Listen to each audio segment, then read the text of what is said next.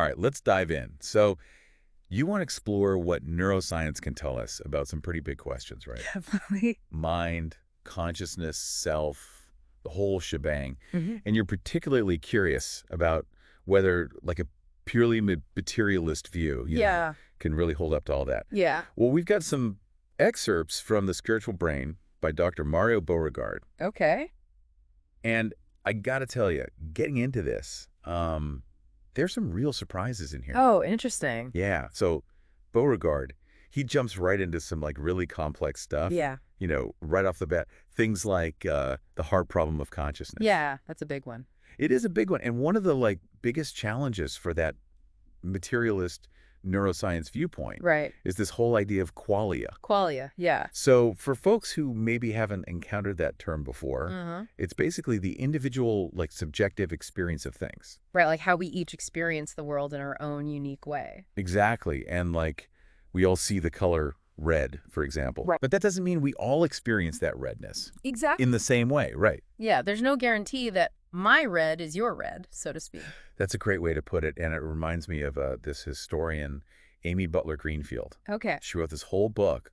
It was all about the color red Oh, wow. and how it has all these different meanings, Yeah. to different people in different contexts, like desire, anger, celebration. It's amazing how much one color can evoke. It is. It's just one color. So the question becomes, like, how do you go from neurons firing in the brain Right. to that kind of complex personal experience? That's the million-dollar question, isn't it? It really is. And it's like, if the brain is really just this biological computer, Mm-hmm. how do you explain those rich personal experiences, those qualia? Yeah, it's a real head-scratcher for materialist neuroscience. It is. And, even Francis Crick, Oh, wow. one of the guys, Yeah, DNA. and discovered DNA, Yeah. even he admitted that, like, science might not have all the answers when it comes to qualia. Wow. If Crick was stumped, that's saying something. It really does, right? Yeah. But Beauregard, he does bring up this interesting analogy Okay. from V.S. Ramachandran. Okay. And it's the idea that maybe mind and matter are kind of like light. Like light. Yeah, because light can be both particles and waves. Right, depending on how you observe it. Exactly. So maybe it's just, how you're looking at it. That's a thought-provoking idea. It is. But, even with that analogy, Yeah. it doesn't like totally solve that whole mind-body problem, does it? No, it doesn't. Because if the mind is like this fundamentally different kind of thing than matter, Yeah. how do they interact? Right. Like, how do they actually influence each other? It's a question that's been around for centuries, really. Oh, absolutely. And it feels like everybody and their grandmother has a theory about consciousness, right? That does seem that way. Like Beauregard, he mentions this whole list of theories. Oh, yeah. From Edelman and Tononi. And some of them are, they're pretty out there. Like what? Oh, like there's this one where consciousness is like some kind of fundamental property of the universe. Or that our brains are actually receivers for consciousness, like radios. yeah, like radios, tuning into a universal consciousness signal. It makes you wonder why there isn't more agreement on this, right? Right. You'd think with something so fundamental, there'd be more consensus. You think so, right? So why is there so much debate still? Well, there are a few reasons, I think. Okay. First off, consciousness is subjective, right?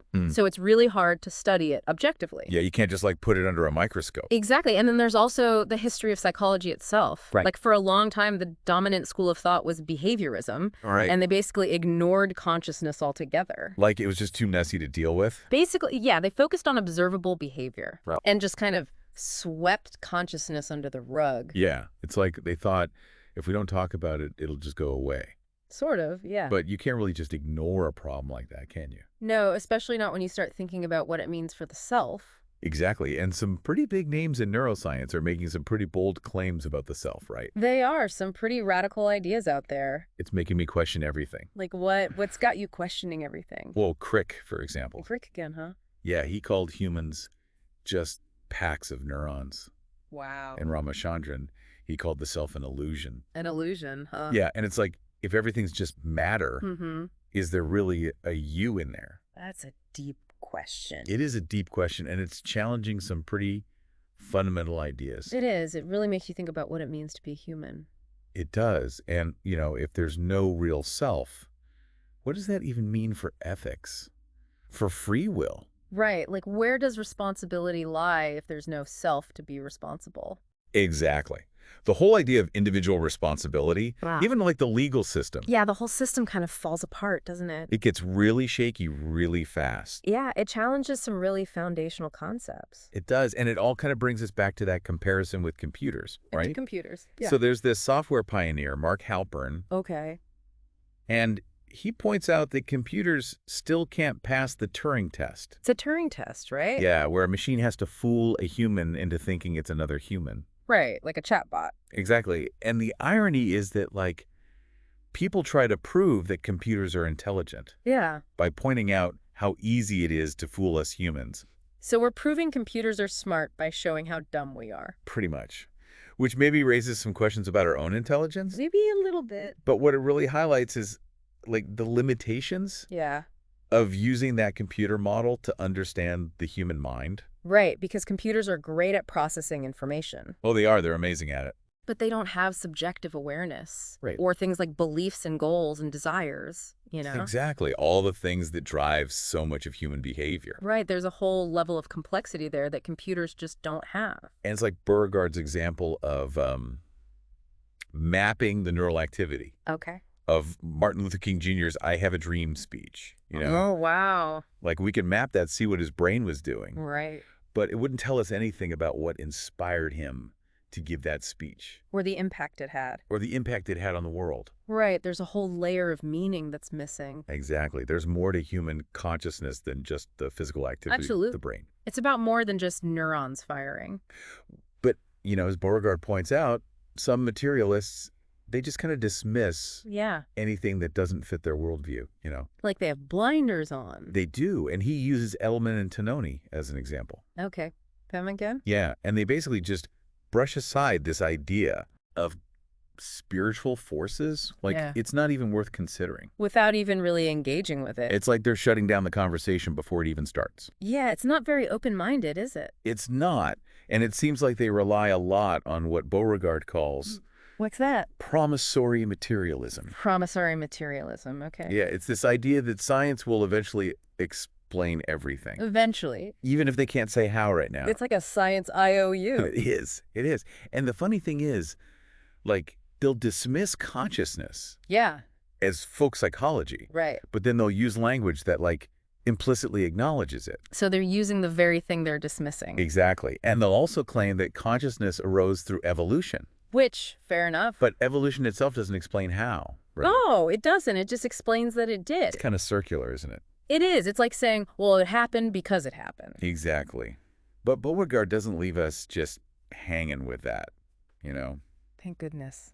With that stark materialist perspective, Yeah. he brings up this idea of neuroplasticity, Neuroplasticity, right? which basically means that the brain can actually change throughout life. Oh, that's good news. It is good news, Good. right? And he talks about this this incredible story Okay. of a woman with OCD who was, like, terrified Oh, wow. of the numbers 5 and 6. Of numbers. Yeah, it was a very specific phobia. Wow, that's interesting. It is interesting, and she was able to rewire her brain, Rewire it. not through medication, Oh, wow. but through cognitive therapy. Through therapy alone. Yeah, she worked with this Dr. Jeffrey Schwartz. Okay. And, like, she literally changed her brain That's amazing. by changing her thoughts. So the mind can change the brain. It can, which, like, totally contradicts that materialist idea. Right, that we're just puppets of our biology. Exactly. We're not just puppets. We have some agency here. That's empowering. It is empowering. It Yeah. really is. And it shows you, you know, like, the mind can actually change the brain. Right, and that's huge. It is huge. And Beauregard, he doesn't just stop there. He brings up another example. This time, it's about overcoming phobias. Phobias. Interesting. Yeah, and the one that comes to mind is Dr. Levesque's study Okay. on spider phobia and cognitive behavioral therapy. Ah, yeah, mind over spider matter. That's the one. So in that study, they had these women with spider phobia, Right. and they gradually exposed them to spiders while they were undergoing therapy.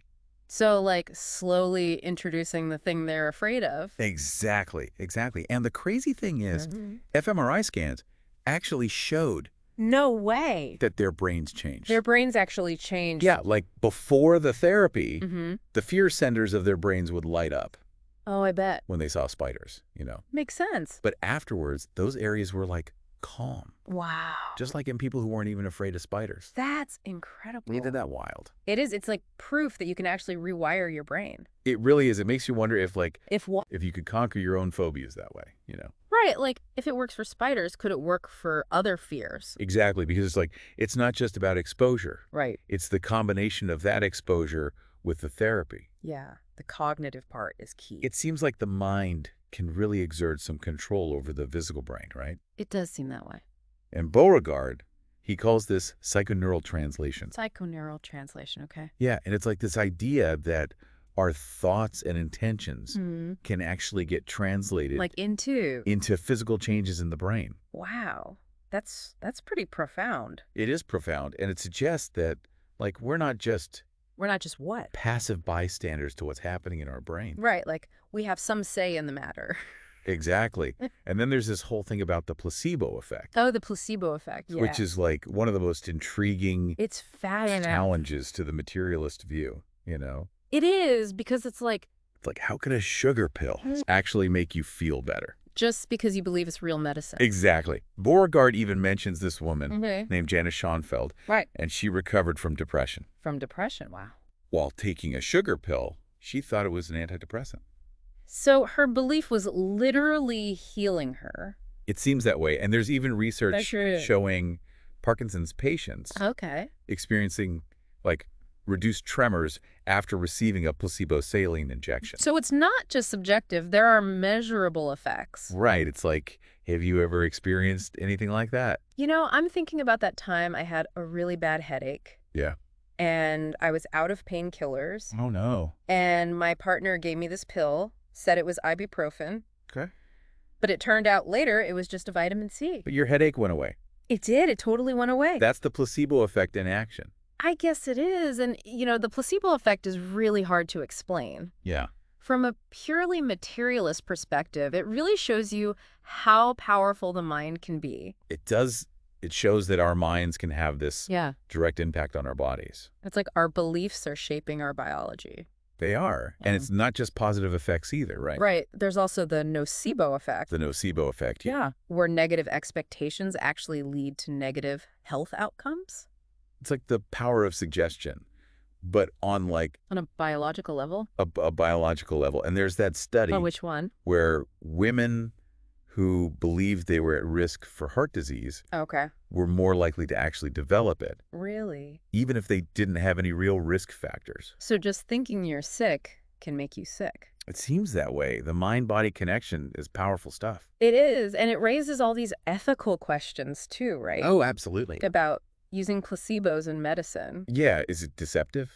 Some people say it is, but then again, Yeah. doctors are already trained to, like, cultivate trust and confidence. Right. Which kind of taps into the placebo effect anyway. It does. It's like we're already doing it. We just don't call it that. Right. It's a fascinating dilemma. It is a fascinating dilemma. So we've gone from questioning, Yeah. if the mind is even anything more than the brain, Right. to seeing these examples of the mind actually changing the brain. It's a pretty big shift. It is a big shift. It feels like we need a whole new way Yeah. of thinking about all of this. I agree. The old models aren't really cutting it anymore. They're not. And Beauregard, he suggests this framework Okay. for a non-materialist Non-materialist. Okay. science of mind, Interesting. which he calls the psychoneural translation hypothesis. Psychoneural translation. So breaking that down, Yeah, break it down. it sounds like it's about the connection between the mind and the brain. It is. The core idea is that the mind and the brain, Mm-hmm. they're two aspects of the same reality. Okay. And that mental processes, they can be It can be what? translated into neural events. Translated. So, like, they're speaking different languages. Yeah. But they can understand each other. That's a great way to put it. They can communicate. That makes sense. And Beauregard, did he do any research to support this? He did. He did this study with actors. Actors. Interesting. Yeah, and they were trained to self-induce To self-induce. sadness and happiness. So, like, method acting. Kinda, yeah. And it turned out that those emotional states Yeah. actually affected serotonin levels Oh, wow. in specific regions of their brains. So they were literally changing their brain chemistry. They were, just by changing their emotional state. Which, again, challenges that materialist idea It does. that the mind is just a byproduct of the brain. Exactly. It suggests that our minds, they can actively influence the physical workings of our brains. It's like we have more control than we thought. We do, and that opens up so many possibilities, right? What kind of possibility? Well, if the mind can affect the brain like that, Yeah. what does that mean for things like healing or personal growth? That's a good question. Are we talking like mind over matter stuff? Maybe even our understanding of reality itself might need to shift. Wow, you're really going big picture here. I am. It's exciting stuff, though. It is. It's like a whole new frontier of understanding ourselves. Exactly. And Beauregard, he doesn't shy away from those bigger implications either. Oh, really? What else does he get into? He delves into the world of near-death experiences, Near-death experiences. Okay. which are some of the Of the most challenging phenomena to explain Yeah. from that purely materialist perspective. I can imagine. So what does he say about them? Well, he talks about Pam Reynolds. Pam Reynolds. Okay. Do you remember her story? She underwent that radical brain surgery. Oh, yeah. I think I've heard of this. They basically stopped her heart. They stopped her heart. Yeah, and flattened her brainwave. So she was clinically dead. She was clinically dead, but she reported having what? this vivid out-of-body experience. An out-of-body experience. Wow. Yeah, and she described seeing the doctors operating on her. No way. Yeah, and she even gave details about specific surgical tools and conversations.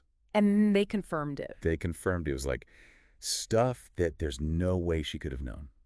That's incredible, but it doesn't stop there, does it? It doesn't. She also talked about like traveling down this tunnel towards a bright light. Oh, wow. Like the classic near-death experience imagery. Exactly, and being greeted by deceased relatives. Really? And feeling this like profound sense of connection to like a higher power. Wow. So it was more than just seeing things. Yeah, it was a whole spiritual experience. That's intense. It is intense. It's like something straight out of a movie. Right. But it really happened, and it raises this big question, right? What's that? If consciousness is just a product of the brain, Mm-hmm. how could it possibly continue Yeah. when the brain is essentially shut down? Right. It doesn't fit the model at all. It really doesn't. In Pam's case, it's not unique. Oh, there are others.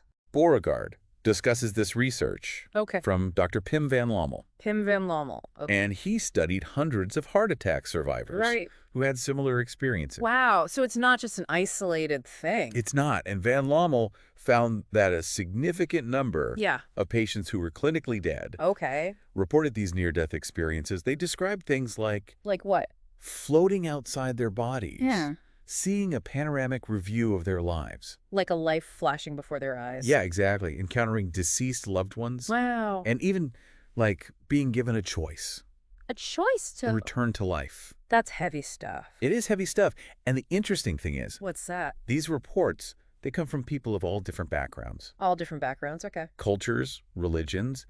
It suggests that there might be There might be what? something more to consciousness than just the physical brain. Right. It's like a universal experience. That it challenges the conventional view, that's for sure. It does. It really does. And it leads to this question, To what question? if the mind can influence the brain Yeah, and consciousness might even exist beyond the physical body, right. what does that mean for how we live our lives? It's a question that deserves a deep dive all its own. Yeah.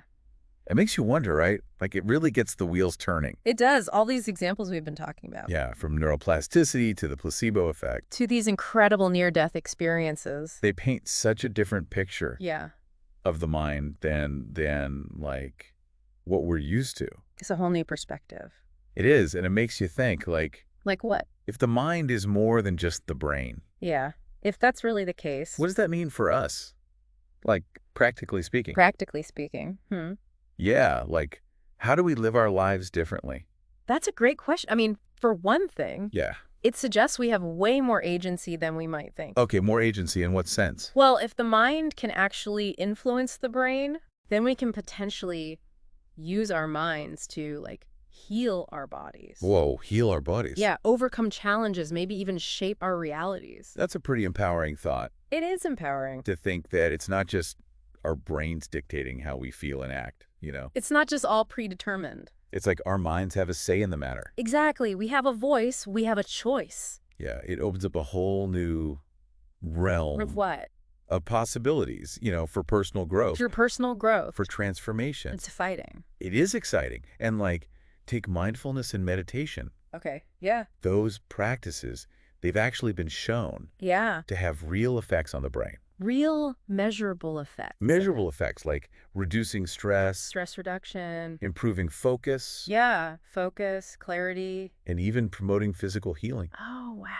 So it's not like we're just stuck with whatever mental patterns Right. we've developed, We can actually change them. We can actively work to change them through practice and rewire our brains Rewire them. in a more positive direction. I like that, rewiring for positivity. And it all comes back to the power of belief and expectation. Right? Belief and expectation. The placebo effect, that's like the prime example. Right, of how powerful our beliefs can be. How our beliefs can impact our physical health. It goes beyond just taking a sugar pill, though, doesn't it? It does. It's bigger than that. It's about our beliefs about ourselves. Yeah. Our beliefs about our abilities, about the nature of reality. It can shape our experience. In really profound ways. In really profound ways. It's like we're constantly creating our own realities. With our thoughts. With our thoughts, with our beliefs. It's a bit daunting, isn't it? It can be, but it's also incredibly exciting. It is exciting. Because it means we're not just, We're not just what? passive passengers on this journey of life. Right. We're not just along for the ride. We actually have the power to, steer the ship. Steer the ship. Okay. Choose our course. Create a reality. That's aligned with our values, our aspirations. our deepest selves. Our deepest self. So, to bring it all back to our listener. Right. Back to the person listening. If you're out there and you're questioning that purely materialist view of the world. Yeah, that idea that we're just our brains. If you feel like there's got to be something more to the story, Yeah. you're not alone. Definitely not alone. And the evidence, it suggests that you might be right. It's pretty compelling evidence. It is, and it's all pointing to the mind. Yeah. As this powerful force. That we're only just beginning to understand. We're just scratching the surface, really. And this research that Beauregard talks about, it's just the tip of the iceberg. It is, and it's a reminder that there's still so much to explore, Yeah, so much we don't know. That's what makes this whole journey of discovery so fascinating. Absolutely. It's like an adventure. It is so... If this deep dive has, Sparked your curiosity. Keep exploring. Keep questioning. I'm diving deeper. Keep diving deeper. Who knows what incredible insights you might uncover, right? The possibilities are endless. Thanks for joining us on this deep dive. It's been a pleasure. We hope it's left you with more questions than answers. And a sense of wonder. And a renewed sense of wonder about the incredible power of the mind. Yeah. Until next time.